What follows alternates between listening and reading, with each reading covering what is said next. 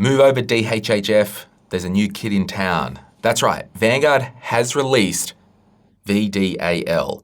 Now, Vanguard do not release new ETFs that often, so I think this is a big deal. So we're going to talk about the difference between VDAL and DHHF. It's a new ETF, it's just been released. It's very interesting. I have not seen it that much talked about in personal finance circles. I do the Money podcast, I do this YouTube, and I have not been contacted by Vanguard. The PR people have my details. I don't know, what are they doing? We don't know about it. So move over DHHF, maybe move over VDHG. Anything I talk about in this video is general advice only. A couple of things for Aussies only. Vanguard or Betashares hasn't paid me to do this review. Vanguard has paid me in the past though, as part of advertising packages on my podcast. I've tried to get money out of Betashares, full disclosure. I will take money from any brands that are good quality and that will not cause harm to my listeners and audience. But for this video, no money has changed hands. Okay, all that's out of the way. I've got an investing book. I'll talk about it at the end. There's a link in the comments. But what I'll cover in this, we'll talk about the fund managers, we'll talk about the objectives, the time horizons, the underlying assets, that's important. The fees, returns, don't really have that much to deal with from Vanguard yet. Where do they sit in the world? I'll give you some of my comments. So Vanguard have basically come out and said they want to do something for Aussies only. So this ETF, and they've actually released another one that's income focused, but we're just focusing on VDAL at the moment compared to DHHF. Domiciled in Australia, which means on the ASX, Australian Securities Exchange. Basically accumulators, so people that just want to go for gold, 100%, pew, love it. Basically in line with their previous investment philosophy and IP, which we'll get into that. Aussie only, I think it's basically a competitor to DHHF because there wasn't a real competitor. I've done a video in the past on VDHG versus DHHF. Really hard to compare because one is 100% growth, the other one is 90-10, so completely different portfolios. But here we have apples for apples, my friends. Look, the objectives are basically pretty simple. Betashares, yeah, we want to go to the moon for cheap, where Vanguard basically have said in true, index fund manager vibe, we want to track the index weighted to all the individual components within the fund, and Vanguard has been around for a million years. They're just saying it's a portfolio in a box. Okay, let's have a look at the key facts. The biggest things on this slide is, and to be fair, the Betashares Diversified All Growth ETF, that's relatively a new fund still. I reckon anything under 7 years, under 10 years, is a relatively new fund because we don't want to invest in growth assets without a time horizon of at least 5 to 7 years, IMO. So both funds are new. The Vanguard one is newer, very new. It's a baby. The fee, little fee difference there. We'll get to what that means. I don't think it's a showstopper. It can look a lot on paper, but I'll show you. They distribute quarterly. The fund size, I did a video, as I said, comparing VDHG to Betashares a few years ago. At the time, they were at 300 million. So, they're seeing some good inflow into the fund. And, Vanguard, VDAL, no one knows about it yet, so they've relatively got bugger all. I'd suggest if you are a user of the Vanguard platform, personal investor, or their super product, they probably would have told you about it, and that's likely where a lot of their FUM has come from.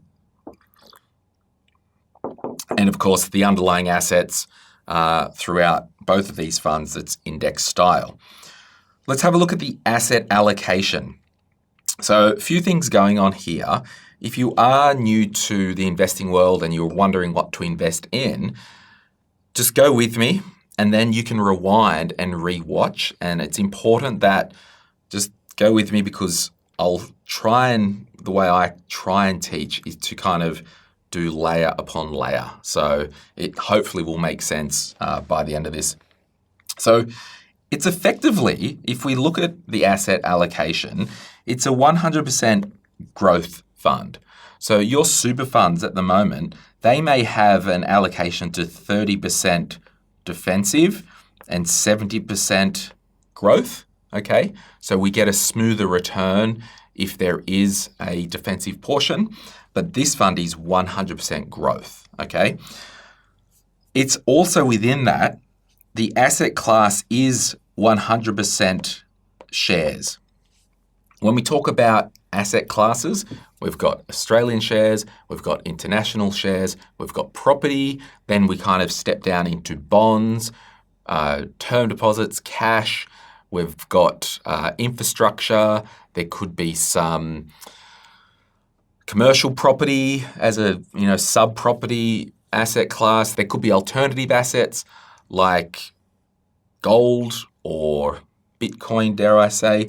So both of these portfolios, 100% growth, 100% equities being international and Australian. And then within that, it's basically a 40-60 fund, 40% to Australian shares, 60% to the rest of the world. And if we have a look at the breakdown here, the main material difference that I see with these funds, 48 to 38, that's the same basically where I come from. Vanguard have a portion of their international shares hedged. But when we look at the total international shares, I mean, the rest are international, but I'll give you some examples of why they are broken up in a moment. Vanguard has a philosophy. So remember here, Vanguard say, old mate, our diversified ETFs are grounded in our proven investment philosophy. Now, part of their investment philosophy is for a lot of these portfolios in a box, you might call them, or the technical or industry word is a fund of funds. Vanguard has a view that a portion of their international shares, namely US shares, will be hedged. Now, what that means, it's more relevant if you're an Aussie than if you're an American. If you're an American investing in America, you're not going to be worried about hedging or not because you don't need to hedge against the US dollar. When you go on holidays to America, there might be a $6.50 drink. American, $6.50. You pay for that drink and you see $10 leaving your bank account because their currency is stronger.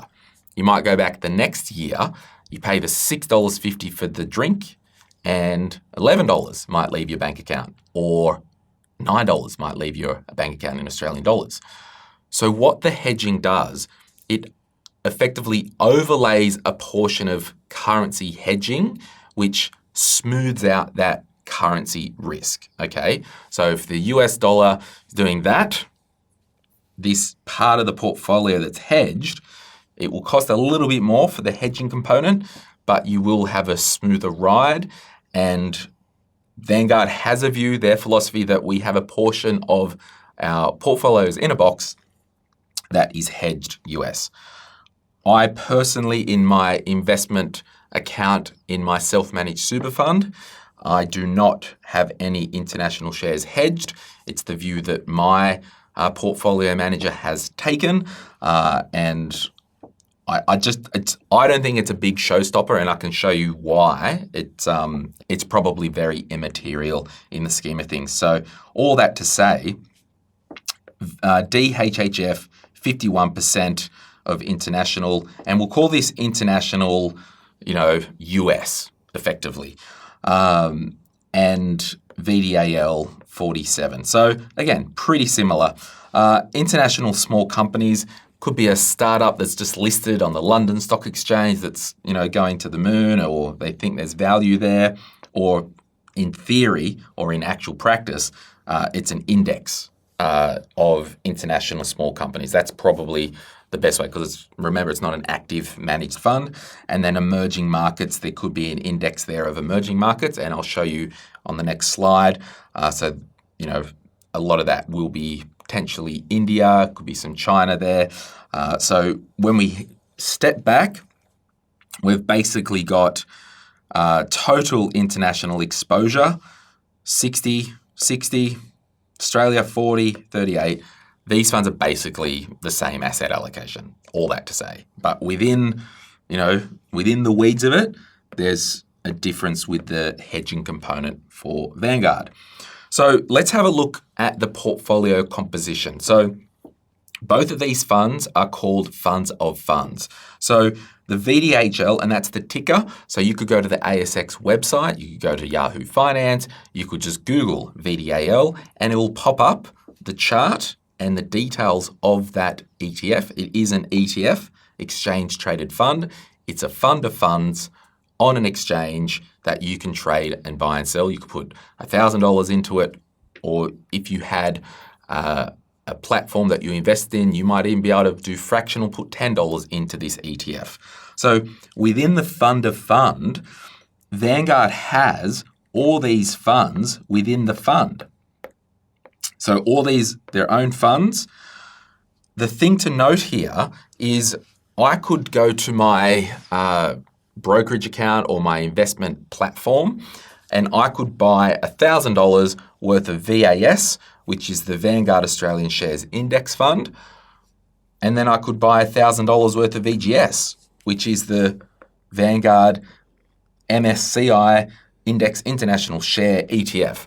So I could have $2,000 of my own money, $1,000 in these individual ETFs, but these products wrap these individual ETFs into a box, and that's where it's a fund of individual funds. You might see here that there's Vanguard Australian Shares Index ETF, and then you might see here there's Vanguard Australian Shares Index Fund. What the heck? And when I was putting this together with my team, we did the designs and I'm like, oh, Josh, hang on, what's the go here? So there's a total 40% exposure to Australian shares, but within that 40% exposure within Australian shares with VDAL, 30% is in their ETF and 10% is in their managed fund. So on this diagram here, I've still listed it, the biggest holding to the smallest holding within the fund, but some of these, the ones that have the ticker, they're ETFs, and the ones that just say index fund, they are their managed funds. So yes, you could apply directly into these managed funds or buy their ETFs directly through your broker. Okay, so that's the underlying composition of VDAL. So 1, 2, 3, 4, 5, 6, 7, 8, 9 different funds within the one wrapping. If we have a look at the composition of the DHHF with Betashares, 40% of their international allocation, or the US, is in the Vanguard ETF VTI, which is wild. Why is Betashares using Vanguard for their product? We'll get to that. The 38%, or call it, our 40%, 38% of Australian shares is in Betashares' own A200 ETF. And then we've got State Street's Developing World ETF, but they've carved out the US in this fund, and they've got the US exposure within the VTI. The VTI is an ETF. It's domiciled in the States, which means it's, for tax purposes, it's in the States. That is an index fund of every listed company in America. And then we've got State Street being their emerging markets index. You could literally Google SPEM index and it will tell you what it invests in. So there will be underlying companies and names within each of these ones. There's probably well over 8,000, 7,000 individual companies if you have an allocation to DHHF. Now, why does Betashares use Vanguard and State Street in their portfolios? So remember I talked about Vanguard and their investment philosophy, how they think, well, we believe over the long term, this portion of international exposure for Aussies into the US, there should be a hedged portion to smooth out that overall return and blah, blah, blah. That's their intellectual property. So Vanguard's intellectual property are these percentages of how they manage their portfolio. You could literally get $10,000, open a brokerage account, and buy $3,000 in VAS, $2,300 in VGS, $1,200 in VGAD. You couldn't buy these because it's an index fund, but you could literally just put $4,000 into this. So the IP, it is public, but that's their IP. Now, Betashares, their intellectual property, it basically starts by saying, well, our portfolio and the targets for our portfolio, we believe a really good portfolio for what we want to achieve has these percentages here. Before you worry about here, they believe 40% US, 38% Australian, 16% and 6%. And then what they do, they say, okay, so this is what we believe is the asset allocation. We need to now plug the assets into the allocation. So what they've said is, well, we think it's easier for us and cheaper and better for everyone based on this, that we just allocate the 40% to VTI. Vanguard, they've been around for 1 million years, rock solid, blah, blah, blah. We manage the A200 ETF ourselves. So that's a good index fund. We're just going to use that and so on with State Street for these here. Now, over time, they may update or change the portfolio and they may go, well, this emerging markets ETF, let's have a look here.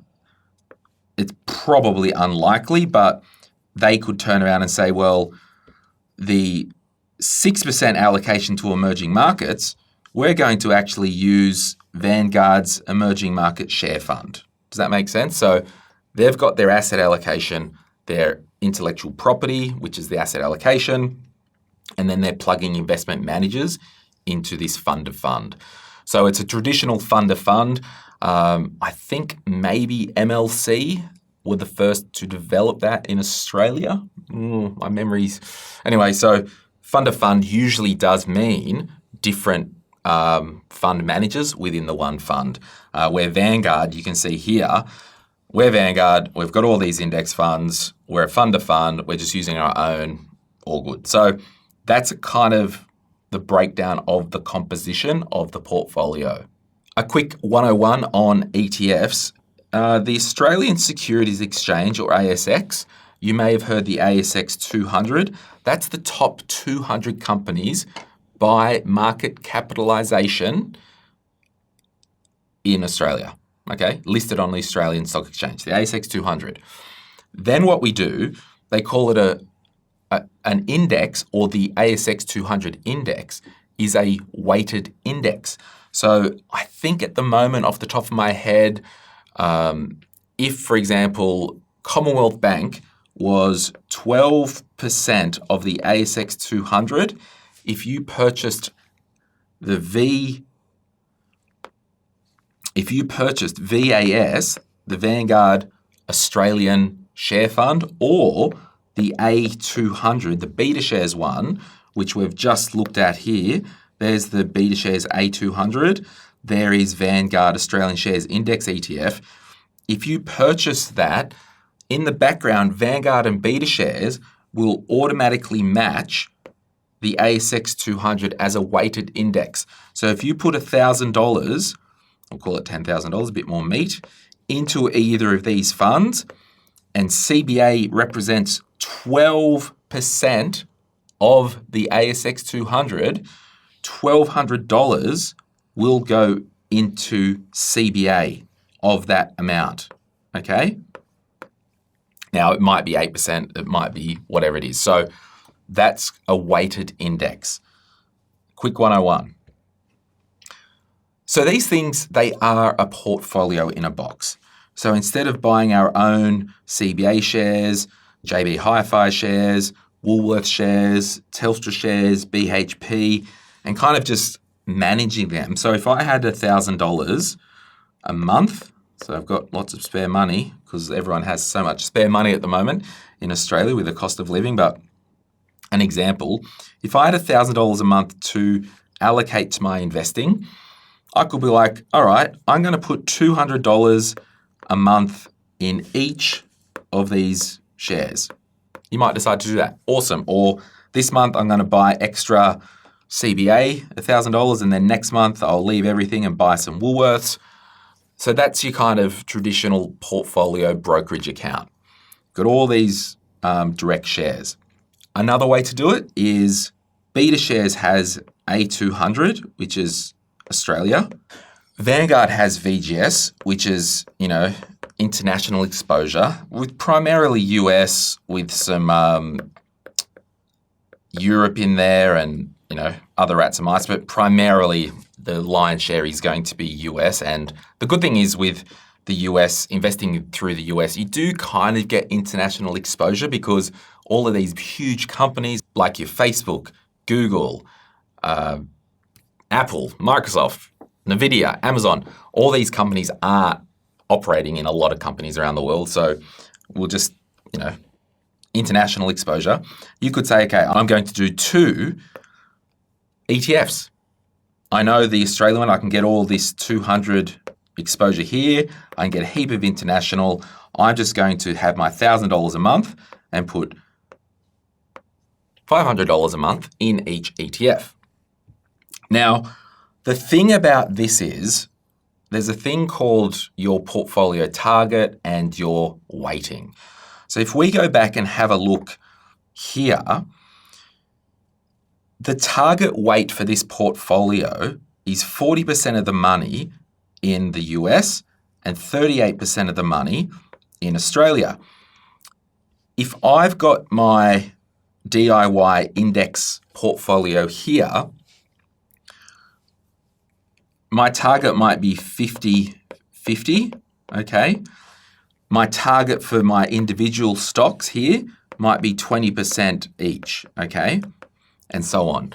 So if one of these companies really grows, it's going to not be 20% equal. One will be higher than maybe all the others. Or what if one of them reduces in value? What if in this scenario, A200 doesn't do that good for a while and then VGS International goes to the moon? Well, I might wake up one day and it could be a 60-40 because the portfolio is out of weight. Then we've got to make the view, well, any next month with my $1,000, do I just top up one of these and not the other? Or if one's done really well, do I sell down one and put that sale proceeds into the other one? So that's called a rebalance. Now, the portfolio in a box, the kind of good thing about this thing, and this is kind of the third way, is enter your Vanguard Diversified All Growth or DHHF. Within these portfolios, you just rock up and go, I'm just putting $1,000 a month in either one of them because I know within the portfolio, I've got all this diversification. I've got my international, I've got my Australian. I've also know that usually quarterly, their product disclosure statements will rebalance this. So you won't get to a point where you need to worry about, well, do I need to sell down some? Do I need to increase? It does it all automatically. Now, if we have a look at life, and life come at me, this is very cheap in order to buy your own shares. You might have a platform or an app or a brokerage account where they might charge you $5 or $10 as some brokerage or even no cost. And that's a once-off per trade. So I buy my $1,000 worth of shares, once-off cost, $5, $10, or even free, no cost to hold it each year. There's no internal fee. There isn't any brokerage. That's really cheap. But as time goes on, your portfolio might get a little bit out of hand and you need to manage that. How are you going to manage your portfolio? There are different tools. You've got the share site stuff, you've got spreadsheets, but you really have to track. So there's not only the admin burden, there is the point of the actual week-on-week management, month-on-month management. Are you disciplined enough every quarter to go in and sell down a winner and rebalance into one that hasn't moved, or vice versa? Then these ETFs here, they'll have a fee. I think A200 is like 0.04 or 5, like basically free. And VGS would be very much low cost as well, probably under 0.20. And then the third way with these funds, they will charge you more because, like anything, you pay for convenience. So if we go back at the start, these funds here charge 0.27 and 0.19 because you're paying for their IP, you're paying for them to rebalance, you're paying for them at the end of the financial year to give you your ETF statements and reporting, then you just give that to the accountant. So it's really, really an easy way to be invested. To clean this up, where does it fit? We've got DOI shares here. It's a low cost, but we've got low features and doesn't rebalance itself. It doesn't track. I've got to DIY it myself. Ease of management. Well, that's probably H for hard, E for easy. Higher cost. Yep, there we go. So that's and then the next one is your own portfolio of ETFs. So I'm just picking my own. It's going to be, reasonably cheap. And then we've got the diversified portfolio in a box. So that's where it fits in the scheme. The Vanguard overlap with the ETF and the managed funds within the VDAL, I think it's basically a business decision that they've used to effectively streamline the portfolio, probably make it cheaper for them, probably easier for their internal liquidity and rebalancing. It might be, a bit more tax efficient. You can kind of just pause this one and have a look. But I just thought that was really interesting that part of the VDAL fund, one of the big differences is you're buying an ETF that's listed. Sure, you're going to get the daily unit price and all that, but in the background, there's a fair chunk of that is in unlisted managed funds. Would that stop me from buying it? Probably not, but I think it was more a business decision from Vanguard in the way that they manage that in the back end. We do know, Vanguard, they've been around for 1 million years. I'm confident, and I'm confident in Betashares, to be honest. It's just a matter of what do you prefer. Okay, investment time horizon. Let's just say this is, 20 years, and let's just say growth of money, more money up here. Obviously, if we need, and we'll just put 5 years there, 7 years there, and then 7 to 20. So if we're saving for a holiday or a new lounge, or we're saving up because in a couple of years we might take some leave off or we want to renovate the house, with cash, we're not going to invest it because investment markets basically could do this over time, right? So the reason why we don't want to put cash in the market is because we could put the money in, oh yeah, everything's going well, oh crap, and we need the money then to buy the new lounge, the holiday, the whatever it is, and there could be less money than what you would have had if you just left it in cash.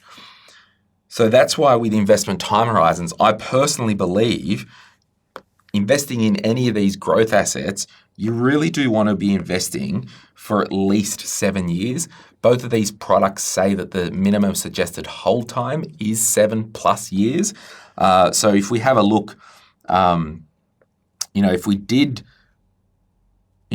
hold this for 8 years, at the 7-year mark, it's not looking great. We've come off, but it's certainly, going to be better off than being in cash, because cash may have just done that for the 7 years. Okay, so that's just a bit of a FYI. 7 years, they say. I don't think you should be investing anything in your equity account in these portfolios unless it's 7 years. So where do they sit in a volatile market? Well, I actually did this from the inception in March of the VDAL. And VDAL is blue, DHHF is orange. Here is when Trump was dicking around with Liberation Day. So like a very, very volatile time. Look, if you step back and have a look, like, sure, there were some little spikes where the DHHF, it didn't drop as far. It recovered better.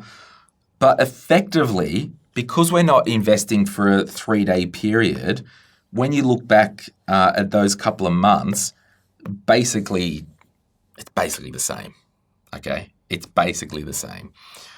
Because they're a 60-40 portfolio, they're 100% growth. Now, if we just overlay for fun the Vanguard Diversified High Growth Fund here in purple, this is where it starts to look different, because remember, the Vanguard Diversified High Growth Fund has a 10% allocation to defensive assets. It's not 100% growth fund. So that does actually mean, in theory, it's not going to react exactly the same as a growth fund. You can see the difference there. But fast forward from there over this small window, like number one, it's a month or 2 months in the investment world, so it actually means squat. But if you have a look leading up to this volatile shat show, it's basically the same, okay? Returns, we don't know the returns yet of the VDAL because it's a brand new fund, but the Betashares fund, and these are before tax and after fees. So remember, we'll talk about fees in a moment. Basically, the last 3 years, 11%. Again, we don't have a 10-year return amount because it hasn't been around that long. I would hypothesize, fast forwarding, you will probably end up over a certain amount of time, pretty much the same, going out on a limb. Now, fees. Let's have a look at this stuff. The Vanguard Diversified All Growth Index Fund, 0.27 versus 0.19. So what does that practically mean? If I had $2,000 invested, it costs me $1.60 more in fees to have Vanguard as opposed to Betashares. And I'll say it again, I get crucified online for not getting the cheapest thing and making it the cheapest and all that. And I'm going to show you a slide soon that will be kind of a bit, abstract for what we're talking about here. But if I'm looking at this, they're basically the same price. 20 grand, $16 difference a year in fee. And remember, you don't see that fee. It's taken out of the return because it's an internal fee. So within the portfolio in a box, you put the money in, they do all the investing for you, and then they say, okay, so that's the return is X minus our fee equals return. So you don't actually see it, but it doesn't, just because you don't see it, doesn't mean it's not important, but they're very similar. This is interesting. If you had $500,000 invested, it's $400 a year more with VDAL than Betashares. Again, if I had $500,000, $400 for some people could be, oh yeah, I'm doing this, it's cheaper. Awesome. You look without the compounding over 10 years, potentially $4,000. Fees do add up. Fees matter. But in this world here, I think it's very close. Now, this is the abstract thing, and it might be insulting to some of the people online that just believe that everything has to be the cheapest fee in the world, okay? If you got to invest, you got to just use A200 because it's the cheapest ETF in Australia. You just got to use that. You just got to use that. Why do we get so caught up in fees in the first place when we need to step back and say, okay, well, what am I actually after? Well, I want to invest growth in the long term. Okay, sweet. Cheapest one's DHHF. You could use that.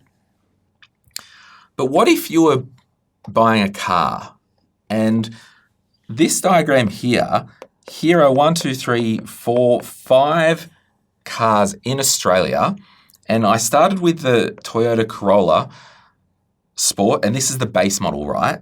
It's 29 grand. The Mazda 3 base model, 31,000. Hyundai base model, 24. Kia, 27.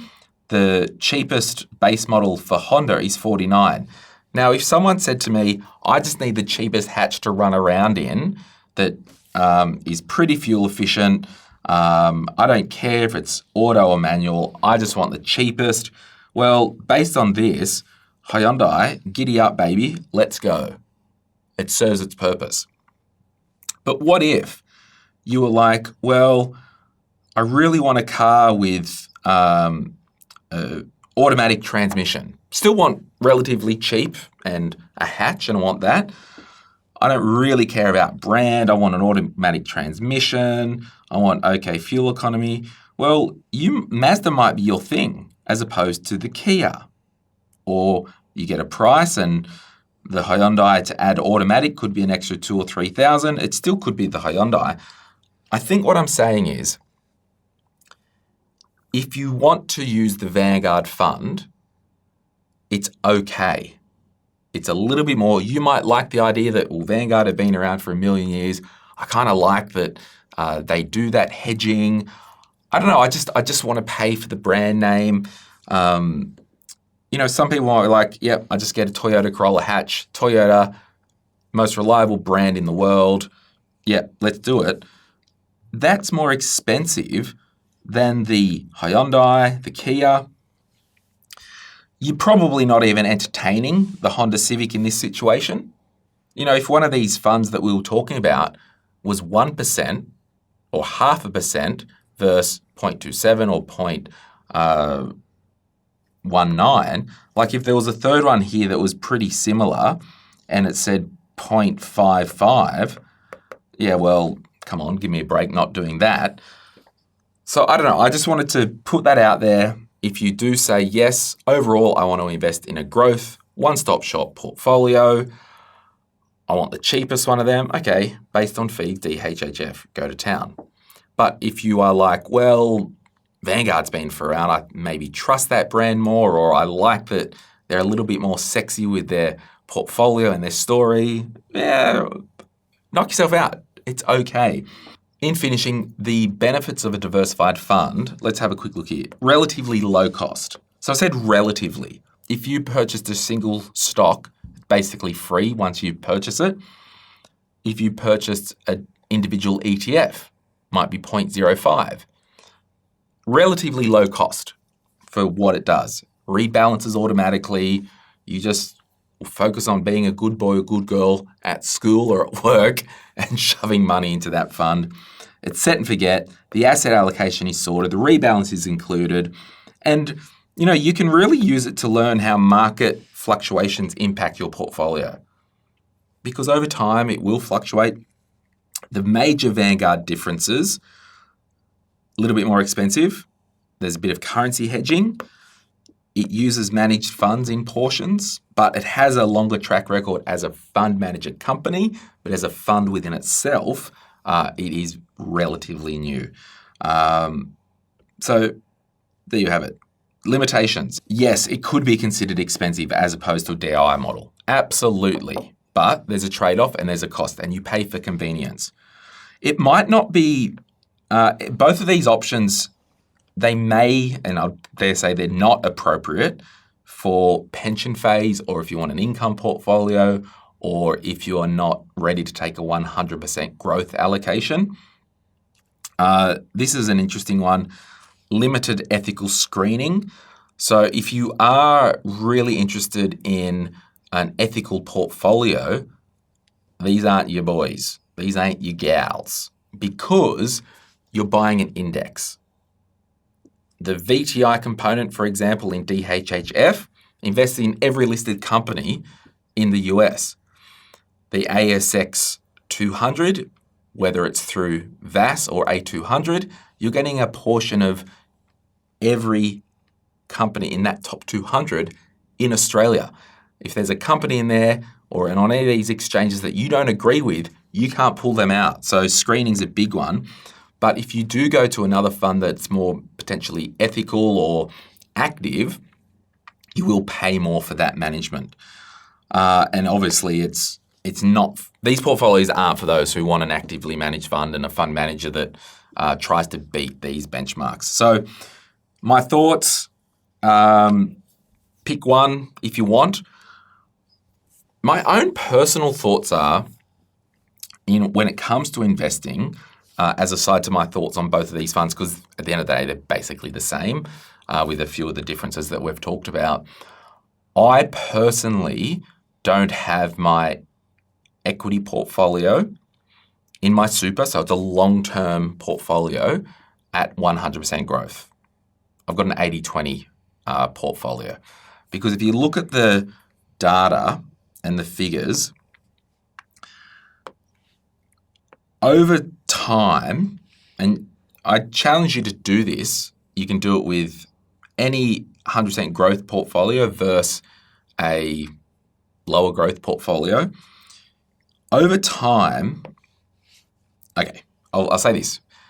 If you hold it long enough, there is a chance it will outperform, 100% will outperform an 80-20 if you hold it long enough. But the problem is, and this is why I personally don't have that 100% growth, I just get instead of basically, actually I'll redraw this. Instead of 100% growth maybe doing that, I've taken the view that I'm okay with a more smooth ride. And you get that from a portfolio that has a defensive portion. We've seen that in the snapshot that I did right here. Slightly less, and this is just the price chart, doesn't include reinvested dividends. Slightly less because the Vanguard Diversified High Growth Fund has a defensive portion. So I personally don't invest 100% growth in my superannuation equity portfolio. You can if you want, I don't mind.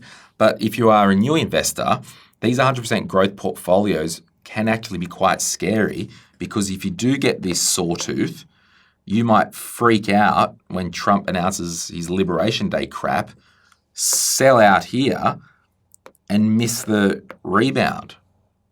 Where if potentially you had a portfolio that wasn't 100% growth and old mate did the Liberation Day thing and then market tanked, you may not have fallen as far as 100% growth. And that would have helped you keep the money invested because you didn't lose as much on paper.